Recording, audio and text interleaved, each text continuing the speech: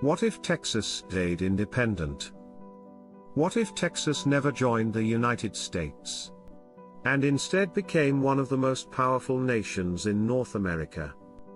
An oil empire, a British ally, a rival to Washington, and maybe the reason America never becomes a global superpower.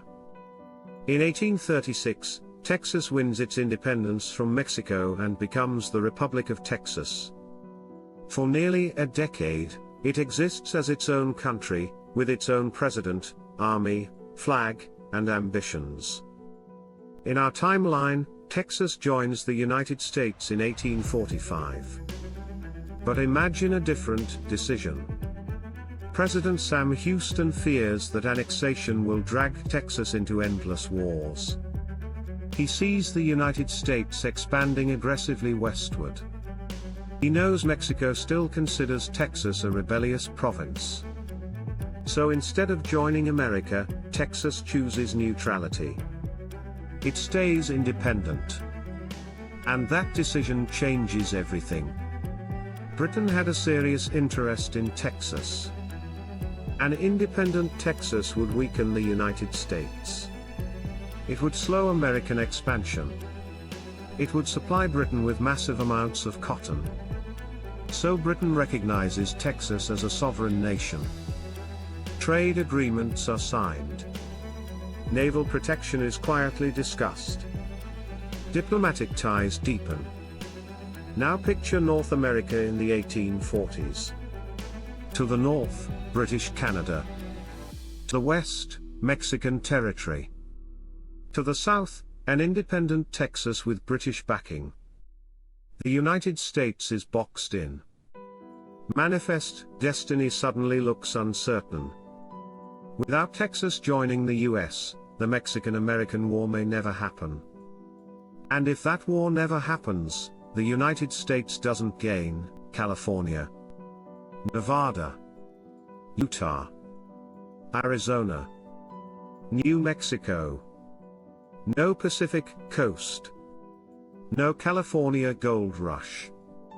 No Hollywood. No Silicon Valley. America remains a powerful Eastern nation, but not a continental empire. Meanwhile, Texas grows. It expands trade. It stabilizes its borders.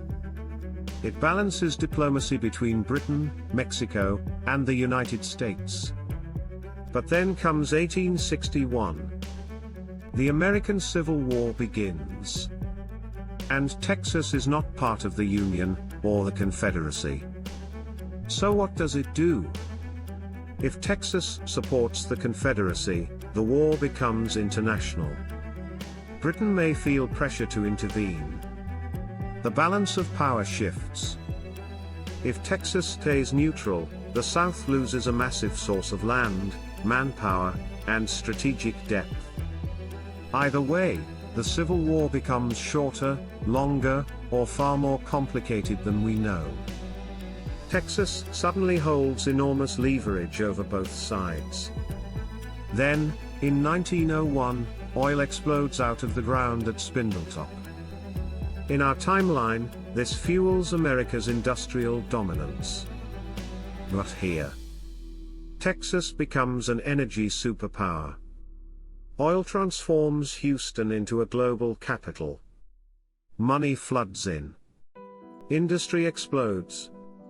Texas builds modern infrastructure, a strong military, and global trade networks. By World War I, Texas oil becomes strategically critical. By World War II, it could be one of the most important suppliers of fuel on Earth. Whoever controls Texas oil controls the engines of war. Does Texas align with the United States? With Britain? Or does it remain neutral and sell energy to the highest bidder? Its decision could reshape the 20th century. Fast forward to today. The United States is smaller. Texas is potentially one of the richest nations in the Western Hemisphere. Mexico may still control California. Britain might maintain stronger influence in North America. The balance of global power shifts dramatically. Without Texas, and without Western expansion, the United States may never rise as the dominant superpower of the 20th century. Instead, North America becomes a continent of competing powers. A three-way balance between America, Texas, and Mexico. More trade. More tension. More uncertainty. So here's the real question: would Texas thrive as a powerful independent nation? Or would it struggle between two larger neighbors? And if Texas never joined the United States, would America still become America? What do you think?